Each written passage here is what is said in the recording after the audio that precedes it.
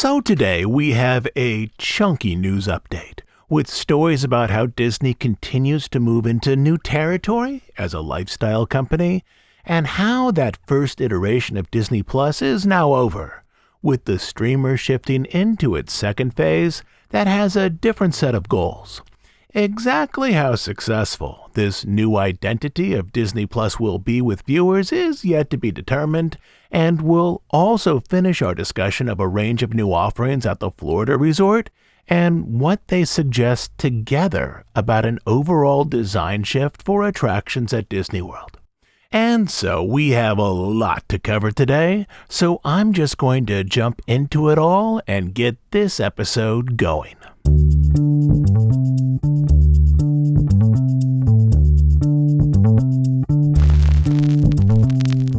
Our first story has to do with some homeschool parents using Disney World as the site for weekly or even daily educational discussions and activities.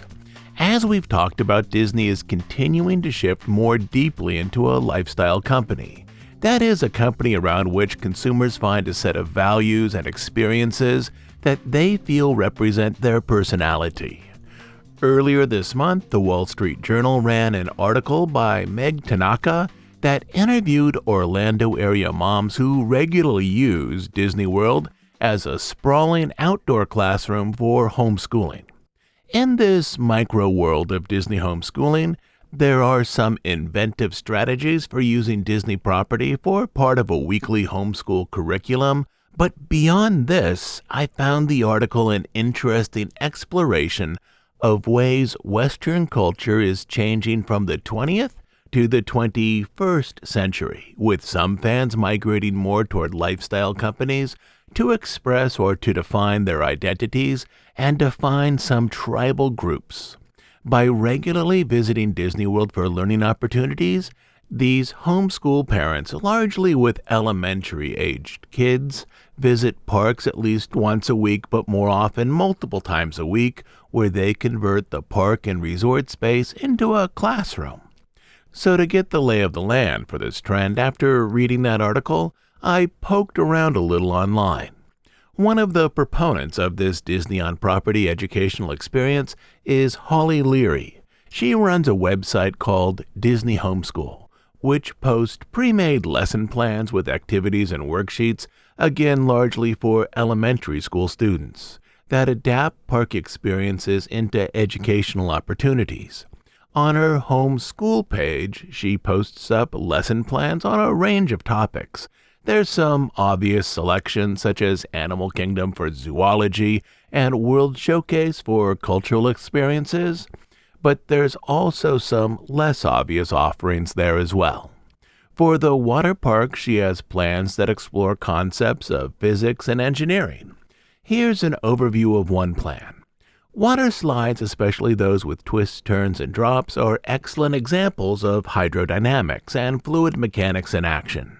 Homeschoolers can learn about how water flow, gravity, and friction interact to create thrilling experiences of a water slide. Parents can discuss the engineering challenges involved in designing slides that are both safe and exhilarating. And for Adventureland, one possible lesson plan involves creating plans for a personal treehouse, with inspiration, of course, from the Swiss Family Robinson. Again, here's her overview. Read How to Build a Treehouse and complete the free printable to implement building strategies and create your own treehouse. Treehouses offer a unique and engaging way to explore mathematical concepts through practical application. For instance, when designing a treehouse, students must consider measurements, angles, and area, thereby applying geometry to determine the appropriate dimensions for floors and walls. Beyond this, various curricular elements rely on novels that give rise to Disney films and experiences, such as Peter Pan and 101 Dalmatians, and works of narrative history that relate to attraction areas, such as books for young readers on the development of steam trains and stories of colonial life in America related to Liberty Square. The Wall Street Journal even found a UC Berkeley professor who was able to give this approach a glowing endorsement so long as it also inspired traditional learning. If fantasy and imagination captures the minds of children and you embed it with real-life learning goals, then it's a wonderful context to advance all sorts of learning, said Bruce Fuller, professor of education and public policy. I should probably add that for casual visitors, there's some other applications here that don't involve weekly or daily school trips to the resort. If you have elementary-aged children and were planning, let's say, a week-long summer trip to Disney and wanted to incorporate a little learning, you might select one of these lesson plans as a way to bring some education into your yearly vacation.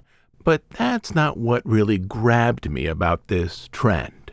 In terms of my own outlook, I'm more interested to see the social movement in which individuals deeply find their identity with narratives, experiences, and communities that are at least partially orchestrated or inspired by a company's brand, such as by Disney's brand. And I'm pretty sure that most of us listening to this podcast, you and me and the others that are virtually around us, have some degree of identity connection to Disney films, stories, parks, resorts, and other products that the company has created. But if we spin back in time, let's say 100 years, back to 1925, I doubt we would find anyone who would say that their personal identity was related to a key company.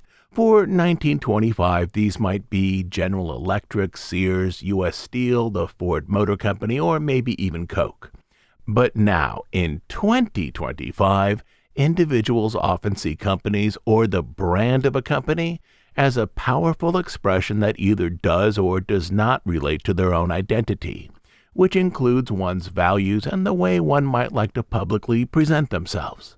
Brand identification is also a way to bring together various people into communities where they find others who not only share their interest in the company's products, in this case movies or parks, but also in the underlying set of values publicly expressed by that company, such as environmental awareness, a sense of optimism about the future, a reliance on technology to create new experiences, and a belief in the importance of social responsibility. In small ways, a handful of large companies consciously create brand components that allow individuals to publicly define or at least present parts of their identity by expressing an interest in fandom, which is not significantly different from how individuals, again, let's say 100 years back, might have defined parts of their identity by expressing citizenship in their home country. Being British or Japanese or Brazilian or American all meant something unique as a personality identifier. But as we move further into the ever-changing landscape of the 21st century, some of that ideological terrain once held by countries is shifting in tiny ways, at least for some people, such as the Disney homeschoolers, over to companies. And Disney, like other lifestyle companies such as Apple, Nike, Gucci, and North Face, are mostly at the forefront of that shift, trying to figure out what will and what won't help their progress long-term as a company, and also what might hurt it. And there's some risk here. Under Iger, Disney has been overtly interested in brand expansion, such as with the purchase of Marvel and Lucasfilm. Disney was in control of those changes and believed that those purchases would improve the value of their company. But what we have here with homeschooling and other groups like that is not brand expansion in the same sense. Fans are repurposing how the parks are being used with plans that they themselves have developed, and there's nothing wrong with that. But in this scenario, Disney is not in control of the ways that guests are repurposing how the parks are used. Disney set up the parks largely for leisure, hospitality, and entertainment. Some guests are now using them as places of education.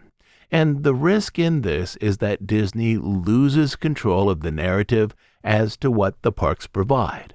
But as this group of homeschoolers is relatively small, the risks for this at least are also small as well. But it highlights a small shift in how some people, even if it's a very small percent of the overall Disney fans, relate to the parks and to Disney as a brand. In Walt's lifetime, he was very good at following the public's lead. If guests regularly walked across grass to create a shortcut, let's say from the side of Sleeping Beauty Castle to the entrance to Frontierland, Walt would simply pave that area and turn it into an actual path. He believed that guests at times better understood how to ideally use his park.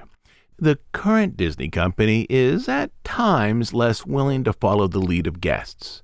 But this becomes more difficult to do when the company also signals to those same guests that they are a lifestyle brand and that guests within reason are invited to integrate elements of Disney entertainment and experiences, not for profit, into their lives as they see fit. This can be a smart strategy for brand growth, but one in which the company gives up some control of how their brand is used and represented. And this, I think, is the interesting rub of what I see happening at the parks right now. Simply, human beings are tribal animals. Based on evolutionary patterns, humans are wired to form groups for protection, collective action, mutual support, and a sense of belonging. But as some of the underlying physical benefits of tribal involvement go away, such as for survival, hunting, managing crops, and so on, humans still have psychological desires for group attachment in terms of finding community filled with people with whom they identify. As some 20th century elements of tribal identification socially start to ebb, such as with patriotism and religion, and to be clear, these are still strong areas of identification, but maybe a little less prominent in the Western world than they were 100 years ago, other tribal centers start to take their place, which includes corporate brands, fandom, attachment to fictional stories and entertainment, and a sense of shared values that often connect the fans with the companies who made the films, parks, and other experiences. Simply, people tend to seek out others with similar interests and worldviews, as group identification is something that brings all of us pleasure and a type of social safety.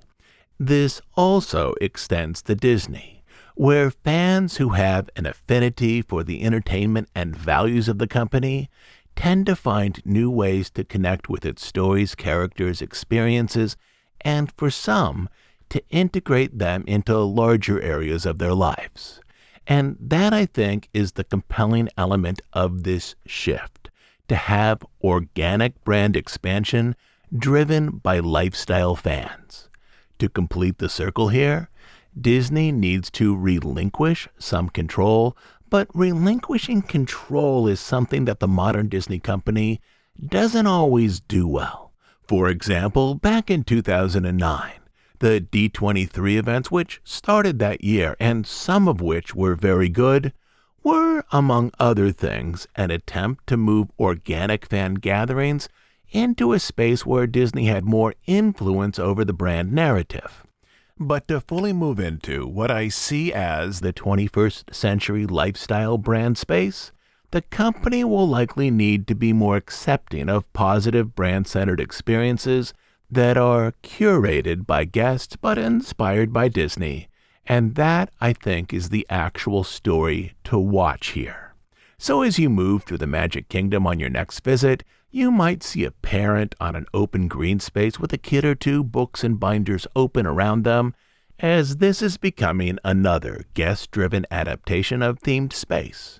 For a few, Disney World is now not just a place of entertainment and leisure, but is becoming a place of structured learning and guided educational curiosity. Or to put this another way, guests are moving some activities that used to largely be outside of the resort into space that is now owned by the resort. And beyond the homeschoolers, there are other fans starting to use the parks in ways that they find enjoyable, but not necessarily with activities that have been organized by Disney. And this, generally, is what humans tend to do. to form communities and connections around areas that matter to them, even if those areas, such as entertainment, are outside of traditional community structures. And these types of community areas, such as a few homeschoolers who now open textbooks on the artificial grass in front of Cinderella Castle, will likely expand as we move forward, redefining what it means to be a fan, signaling a growing closeness between what we watch and who we are. But for now, at least, on some weekdays, there are a handful of kids learning multiplication tables and how to write their first sentences alongside other families who are booking their next lightning lane on their smartphones.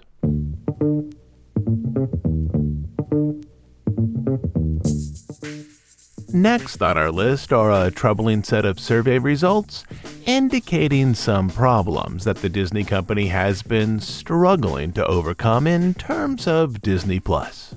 For decades, parents and children have turned to Disney as a trusted, if not the most trusted and familiar media outlet for family entertainment, particularly for families with young children. For example, when I was a kid a long time ago, I was allowed to watch 3 evening TV shows each week, and by listing them here, I'm probably giving away my age. They were The Wonderful World of Disney, The Lawrence Welk Show, and Mutual of Omaha's Wild Kingdom. And for those of you younger than me, more or less those shows are the weekly Disney show, a fairly bland music variety show, and a show about nature. But recent surveys have suggested that young kids and their families are now looking regularly beyond Disney and other traditional media companies for entertainment. Specifically in terms of TV minutes watched, YouTube now has a larger audience share with young kids age 6 to 12 than does Disney. And this includes the Disney Channel, Disney Junior, and Disney+. In one recent Nielsen gauge, they found that kids and early tweens received 30% of their screen time on YouTube, which eclipsed Disney and other streamers. One explanation was that YouTube offered shorter videos and was better fitted to modern attention spans, and also YouTube was native to tablets, which kids can control themselves, as opposed to the big TV which families together control in the living room. The results of a separate survey of over 8,000 families overseen by Smarty Pants revealed that as a brand, YouTube ranked higher in recognition and kid-friendliness than offerings from Disney, including Disney Plus and the Disney Channel. Add into this data from a recent Common Sense census, which shows that 40% of kids have their own tablet by the age of 2, with kids using those tablets more and more to watch short-form videos such as those on YouTube. And it's not just YouTube versus Disney, it's YouTube versus all the streamers.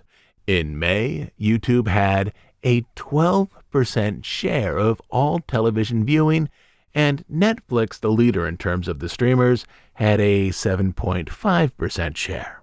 And if you combine all of the Disney streamers together, which would be Disney+, Hulu, and ESPN, they accounted for a 5% share of TV viewing.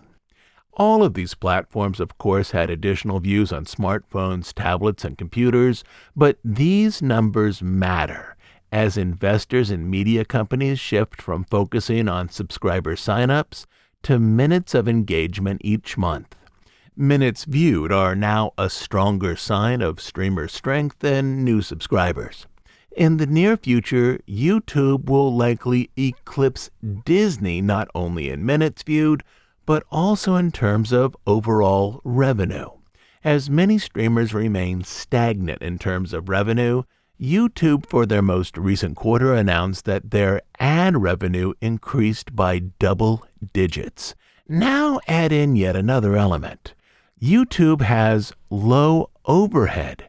They simply offer video streaming distribution for anyone who would like to upload a video, Whereas the Disney model requires producing or licensing unique content, often with many millions spent per show episode.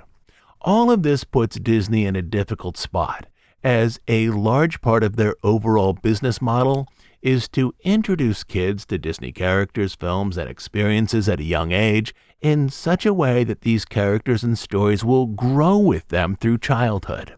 But for the first time in decades, children's eyes and their parents' trust is being directed in a new direction, specifically to online content that is not made by large media companies, rather by individuals and small startups who have lower production values but a more direct and intimate connection with their audience. And this is something that Disney will almost surely address in its streaming strategy moving forward. Disney recently purchased rights to the popular kids show CoComelon, moving it away from Netflix. CoComelon goes back years ago to a YouTube series before it arrived on Netflix, but CoComelon still has that intimate and small company feel. CoComelon may have already seen its peak in popularity, but clearly, Disney sees this type of entertainment as possibly one key to increasing viewership of families with young children. Like Bluey, another popular Disney Plus series, CoComelon is licensed content that Disney doesn't own. CoComelon and Bluey may move more eyes toward Disney Plus, but not necessarily toward the larger Disney ecosystem. And here is one of the problems that Disney will need to face in the coming years, specifically how to regain the family audience that once, well, not that long ago, it used to own outright, now that the way that kids relate to screen content is changing. My friends who work in TV keep telling me streaming is dead. That's their 2025 mantra. And specifically, this means that though back in 2019, Disney Plus pitched streaming as a place for shows with budgets and production quality identical to that of theatrical releases, Disney now no longer sees streaming as a profitable place to premiere theatrical quality entertainment. Andor Season 2 was likely the last truly big-budget series for the Disney streamer. The 2 seasons together cost roughly $650 million. That right there is roughly the cost of Infinity War and Endgame together. Andor's creator, Tony Gilroy, explained that for Season 2, he was told repeatedly, we don't have the money we had before, so we fought about money. And that fight, along with being a legacy show started in a different era of streaming, likely made Andor the last massive budget series for the Disney streamer. Other shows with extremely high per episode cost in recent years were nearly all tied to Marvel and Star Wars, such as Loki, WandaVision, Ms. Marvel, and The Acolyte.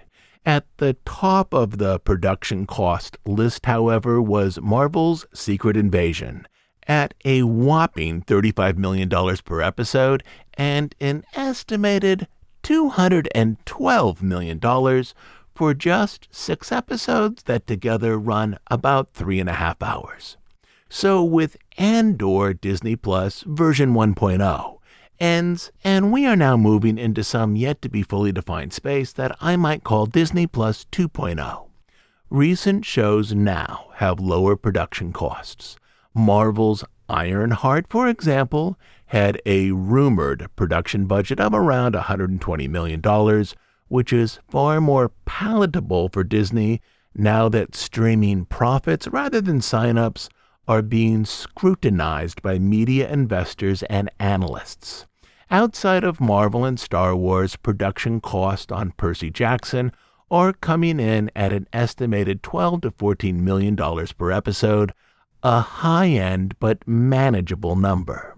Beyond live action, James Cameron, in an interview, recently explained that there are no plans to bring original CGI-heavy Avatar stories to Disney Plus, but he added that he was exploring the possibility of an animated anthology which might explore the world of Pandora beyond the characters central to that movie franchise.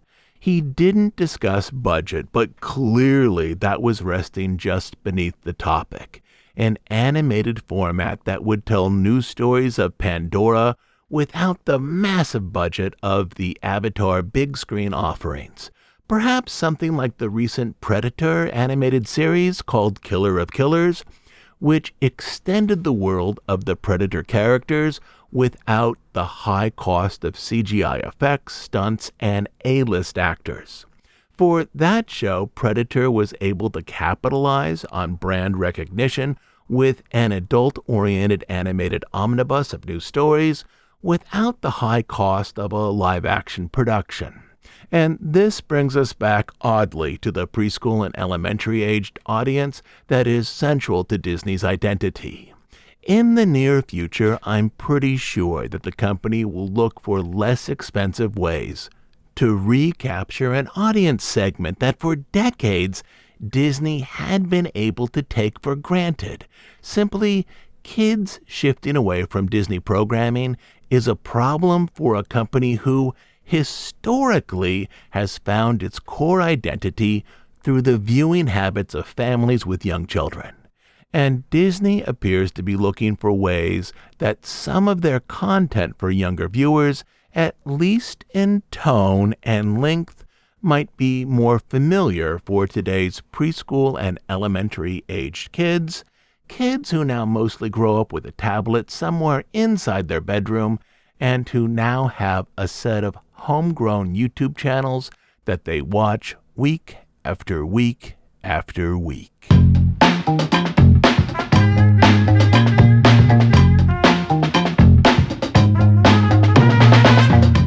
And now we move to our last segment. So last week we began our discussion of a new set of experiences at Disney World, the Starlight Parade, Test Track 3.0, and GO82. And today we'll finish all of that up. We set up our discussion last week around observations that all of these experiences deeply played into concepts of nostalgia. The Starlight Parade, as we discussed, repeatedly calls up both images and sounds from the Main Street Electrical Parade and from SpectroMagic. This new parade begins with the sonic fanfare of the Electrical Parade and ends with Jiminy Cricket on the back of the final float, just like the final float of SpectroMagic. And in between, there's a new blue fairy float, similar in design to the one that once led the Electrical Parade. There's a new train unit with key Disney characters, similar to the old Casey Jr. unit in the Electrical Parade. There's a waltzing princess float unit, again similar to the Electrical Parade. The soundtrack even includes the Baroque Hoedown, which is probably the most recognizable parade music ever used at Disney, going back to 1972 at Disneyland. So the images and sounds that point to previous parades create two distinct categories of experiences for viewers. Essentially, any nighttime spectacular is a set of images that are arranged to guide viewers toward meaning and an emotional response.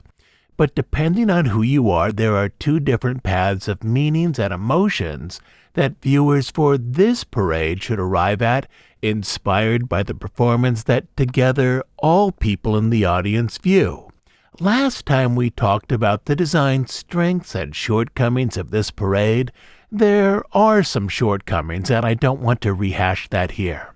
But there's something very smart moving through these experiences, as though Disney has finally figured out the key to engaging a key set of regular visitors.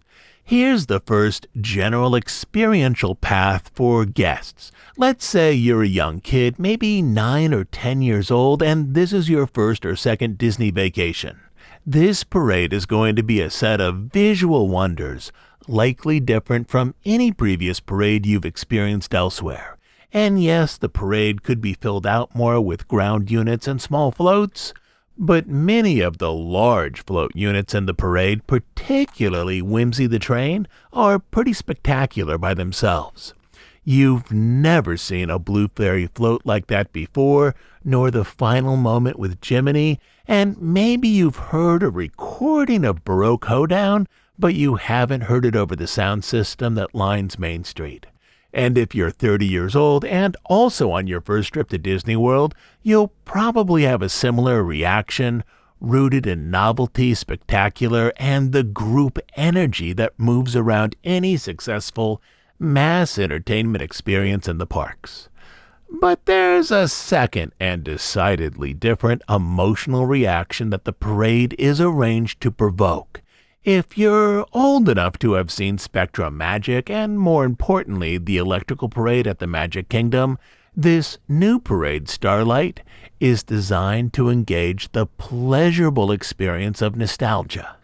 As the blue fairy float moves down the street, ideally it should provoke a sensation of an earlier time when you were younger, watching a different parade in the same park. Your mind should connect or overlay the two experiences together, allowing you to both enjoy the present moment, but also to recall the past, ideally with all of the emotions and sentiment that surrounded your earlier nighttime visits to the Magic Kingdom. The same might happen with the Whimsy unit, the Princess unit, and the final image of Jiminy Cricket, and also with the soundtrack. For me, it was the soundtrack that placed me briefly in the past, the electric fanfare from previous decades that begins this parade. So for me and others like me, the parade becomes not only an experience in the present moment, but an interesting set of touchstones that continually draw me into my own memories and into the past. And this is a very different experience of viewing that same parade than that of the 10-year-old or the 30-year-old on their first visit to the Magic Kingdom. That is, parts of this parade have been specifically designed to provoke unique emotions tied to memories. And this is smart for so many reasons. The nostalgia elements in this parade for longtime fans should trigger positive emotions from the past. Long-term memories from the past tend to be encoded either around highly positive or highly negative situations. So, for example, do you happen to remember what you had for dinner on, let's say, August 5th, 1995? Unless you burned yourself while making dinner or got engaged during that meal, I'm guessing you have no idea at all what you had for dinner that night. But if, by chance, you had a unique experience, such as seeing Spectrum Magic for the first time, especially if it inspired positive emotions such as wonder or awe, that memory, prodded by emotions associated with it, would likely be something that you could still access, even though that memory is now 30 years old. So for the longtime visitor of the parks, this new parade includes images and sounds that are arranged to prime the mind, to draw us back into the space of long ago, which for some of us might be our youth. And then, a little like Pavlov's dog, we're anticipating or at least remembering the type of wonder we experienced back then. And for Disney, this is really a great emotional strategy during a summer when there's no new attractions in the park aside from rethemed ones. For the 10-year-old who has never seen a parade like this, the event offers a sense of wonder. But for the 50-year-old fan of the parks, this parade offers unexpected access to long-ago memories, and again through those memories, also access to the range of emotions that you had during an earlier period of your life. And in terms of takeaways, swimming in the warm waters of your earlier life for 15 minutes is a pretty good experience to have from a nighttime parade today. In this, the parade, which as an attraction is relatively low cost compared to a new ride, can create high-value personal experience. And mostly that high-value experience will be produced by longtime fans who are both seeing the new parade and remembering what it was like to see a similar parade when they were much younger. And there's some other reasons that I think the nostalgia elements here work well right now. From the company's perspective, nostalgia reminds fans how long they've been engaged with Disney events, which also further solidifies their standing as fans. It also reminds them of some positive and likely deep memories they have of the park from a long time ago. Or to put this simply, seeing the parade now and remembering an experience from 30 years ago reminds you that you've been enjoying this type of entertainment in this same park for a very large part of your life. Also, having a positive experience, even if it's largely rooted in memory, tends to prompt guests to share that experience on social media and in conversations. And this essentially gives Disney free advertising. As a side note here, there are a couple of parade units that are clearly more expensive than the others, which seem specifically arranged for photos being shared on socials. Perhaps you might have noticed that even we here have used 2 different photos of Whimsy the Train as our podcast cover images, both last week and this week. And I'm pretty sure that the additional expense of these high-cost parade units was justified by having highly kinetic, unique, and colorful images that could easily be shared online. The Whimsy unit is also better lit than other parade units, so even with an older smartphone, your personal photo of it should be lovely. That's the unit, I'm pretty sure, on which Disney focused some extra money, largely so it could be a key photo takeaway that's then shared online. But now back to our discussion of nostalgia.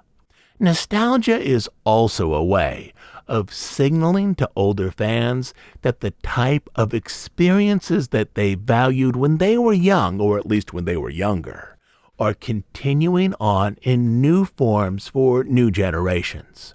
And lastly, nostalgia tends to draw us back to simpler times, or at least times we tend to idealize as less chaotic than the current moment. And here on the podcast, unless a Disney-related news story requires a discussion of contemporary politics, such as with the battle between Governor DeSantis of Florida and ex-CEO Bob Chapek, I really try to stay away from politics, as I would like our podcast to be a place where everyone feels welcome and also a place where you and everyone else can escape for a few minutes each week from real-world tensions that exist right now. I think it would be fair to say that no matter your political leaning, America has more internal tension in it now than it did, say, 30 years ago. And this is another experiential aspect that the nostalgia button can engage.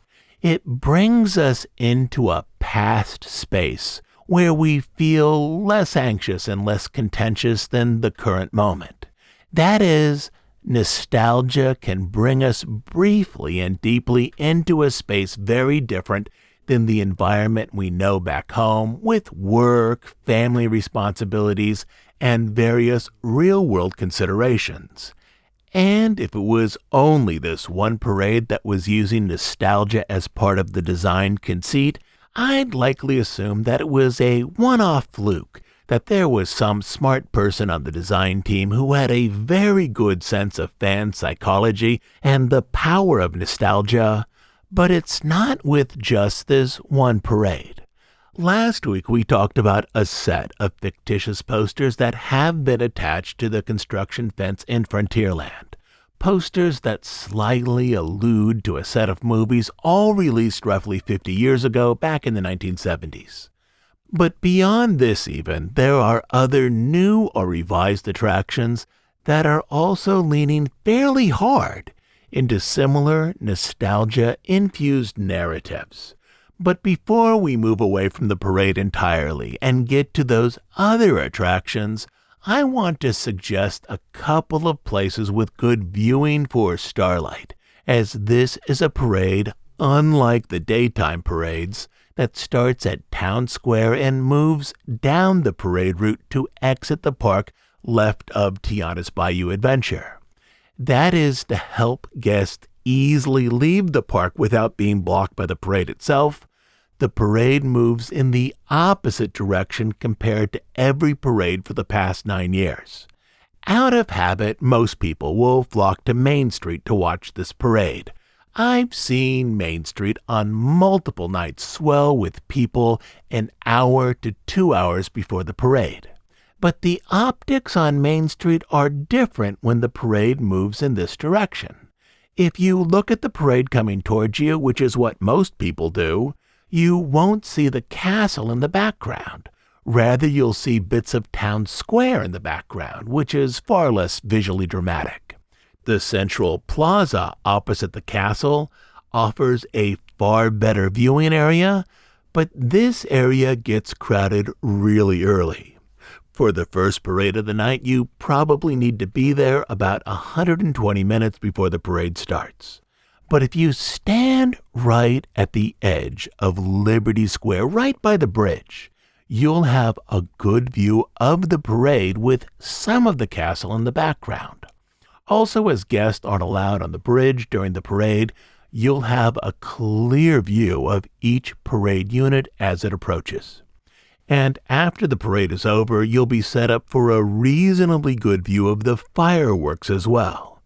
You can get a pretty good spot for the parade at the edge of Liberty Square about 30 to 40 minutes before the parade begins. Also, for the first parade, spots in Frontierland, particularly around the Country Bears, tend to fill up much later than those on Main Street, largely because this isn't an optimal spot to also view the fireworks. But if you're only here for the new parade, this area would be a very good viewing location and would also put you closer to the floats than if you were standing on Main Street. But now back to the wave of nostalgia in new attractions at Disney World. Over at Epcot, the revamped Test Track, what we're calling Test Track 3.0, is a definite improvement over Test Track 2.0, with its sim cars and OnStar components that never really felt, at least to me, like an authentic presentation of an exciting new future technology. The new design here overcomes most of those limitations. The visuals in the ride are far better arranged, better art directed, and have a far stronger sense of color and lighting than anything in the last version of the ride. The track course and the ride experience remain the same, only the stage elements, effects, story, and narration have been changed out. But in this, there's another big dose of nostalgia entertainment, again arranged into the elements so they draw on memories carried by longtime fans. The entry point for nostalgia here is actually the building entrance and also the building shape. Test Track occupies the original World of Motion building, an opening day attraction that closed in 1996. Gone now is the metal awning that was added to the show building when it became Test Track. The building, again, is in the shape of a clean circle that once defined the architecture of World of Motion. And if that, as a longtime fan, didn't engage your memory, I will admit that's a subtle change. Halfway through the ride, the onboard narration before your car curves up into the forest says, "It's fun to be free," which was the chorus to the original World of Motion attraction.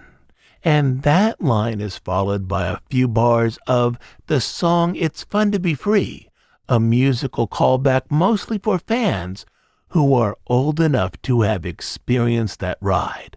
Otherwise, that line of narration and the melody fit easily into the current storyline for Test Track 3.0.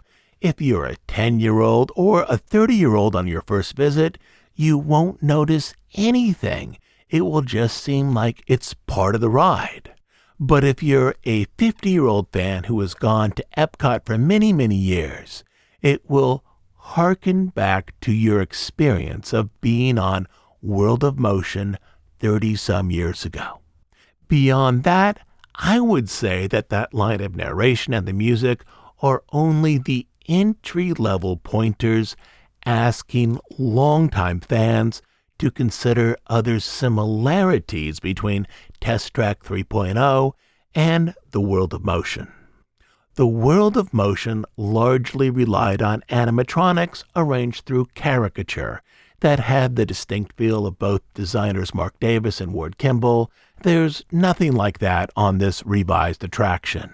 But more significantly, the underlying ethos here of Test Track 3.0 is to point to an optimistic vision of the near future, which was a large part of both the original World of Motion attraction and also the original Future World section of Epcot. And let me explain here what I mean. Instead of, let's say, explaining ABS brakes, the ride now has a visual demonstration of how LiDAR, that is, light detection and ranging, works when integrated into an automotive system. LiDAR sends out lasers to measure distance of nearby objects, including moving objects, from your car, which creates a series of points out of which your car's navigation system can help map how far it is from other objects. The way this explanation is visually presented, in which we in our cars roll into a residential neighborhood that then dims to become a set of lights or data points, which is how a navigation system would understand it.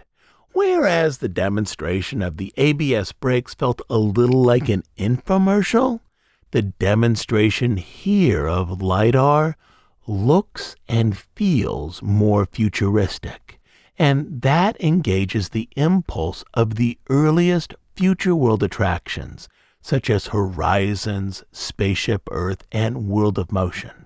Likewise, the final showroom in Test Track 3.0, that space before you zip out the doors onto the outdoor test area, is now a projection room with a visual presentation of a futuristic city, with touches of things that remind me of Tron.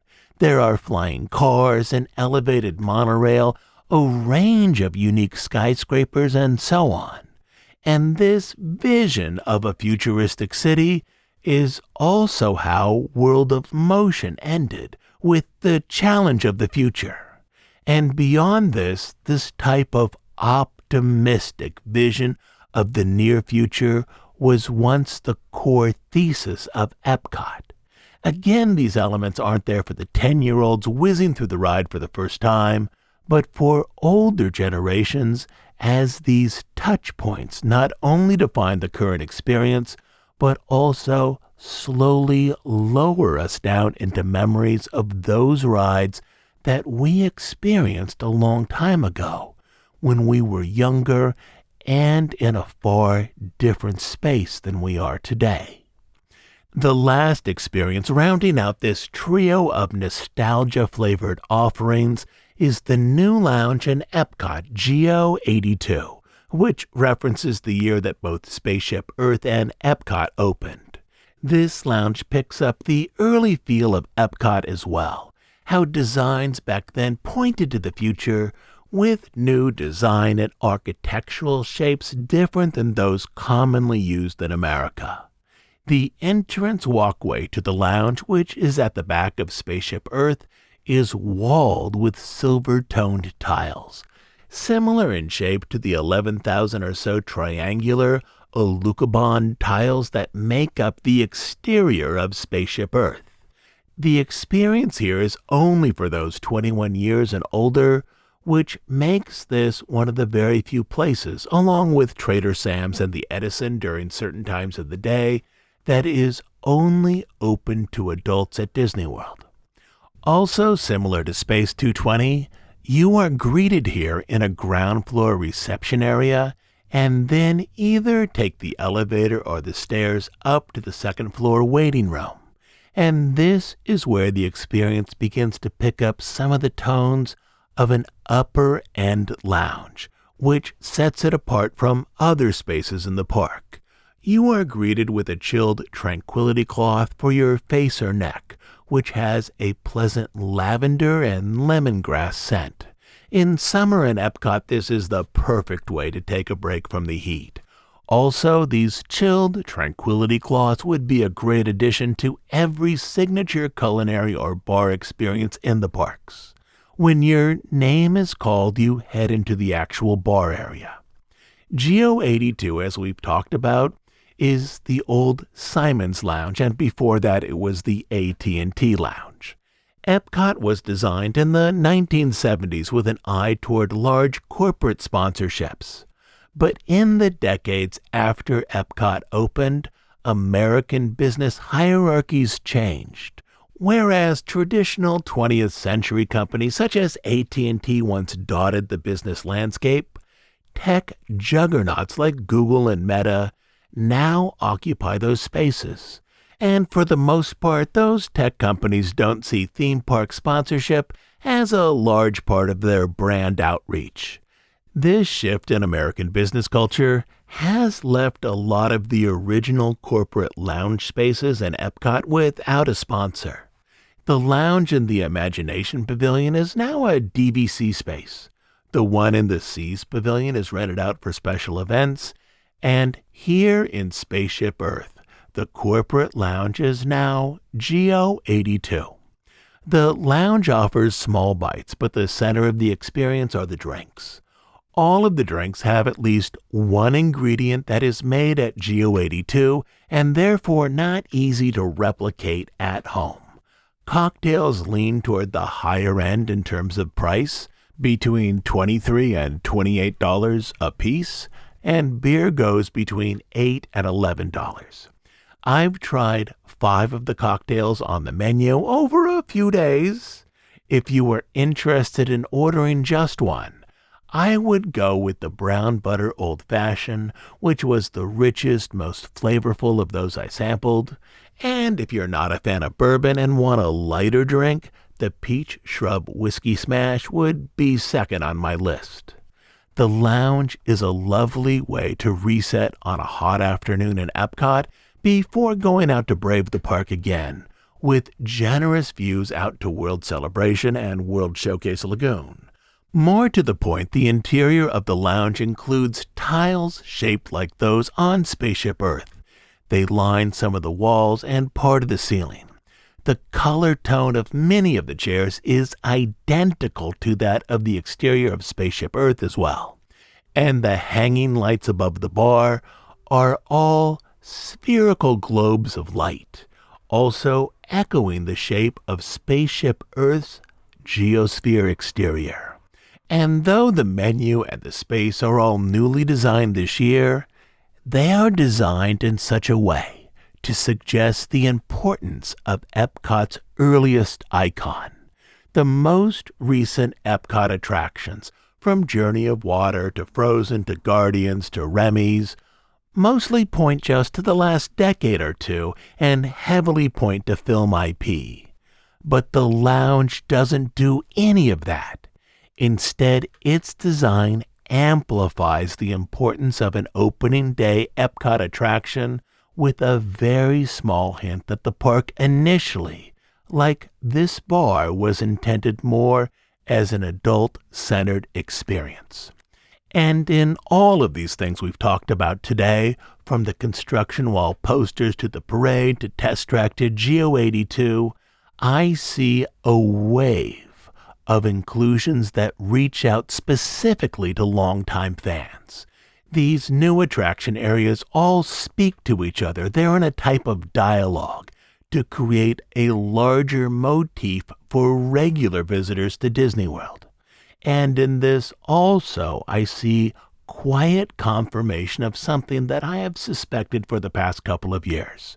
I talk to a lot of people in the parks each month. In Florida, I've noticed that I talk to fewer once in a lifetime or once in every 5 years visitors since about 2022. My experience, I admit, is a small sample group open to air. Admittedly, that's true. But in that sample group, I've seen a reduction in traditional or occasional visitors and an increase in the number of regular fans visiting the Florida resort, and that there is now a design pivot to better include this longtime fan demographic into attraction elements suggests that Disney might quietly be aware of this visitation shift as well.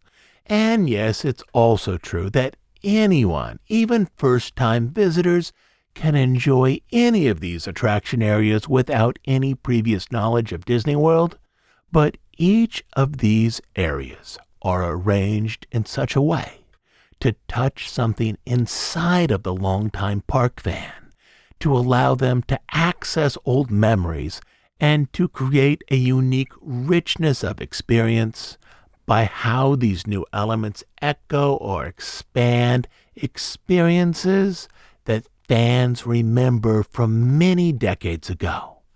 And in this, I suspect we really are seeing a change in visitation demographics right now in the park, a shift that perhaps is being reflected in what is being designed there as well, with elements that speak quietly but directly to the regular visitor rather than primarily to the occasional guest who is there for the first or perhaps the second time. I'll be back next week with a new episode. The plan, at least right now, is to continue our story of Disney legend Mary Blair. Lastly, as you know, we're an ad-free, listener-supported podcast. We do just two things: deep dives on stories related to the history of the Disney studio and the parks, and news and analysis of current events as they relate to the Disney company. We are funded entirely by listener contributions, specifically by listeners who join us over on Bandcamp as monthly subscribers. On Bandcamp, you will find over 300 episodes not available on iTunes or anywhere else. But the best reason to join us there is to support the work we do here and to make sure that this podcast continues to exist. You can support us by becoming a monthly subscriber at dhipodcast.bandcamp.com. I'll also leave a link down in our show notes. So, until next Sunday, this is Todd James Pierce.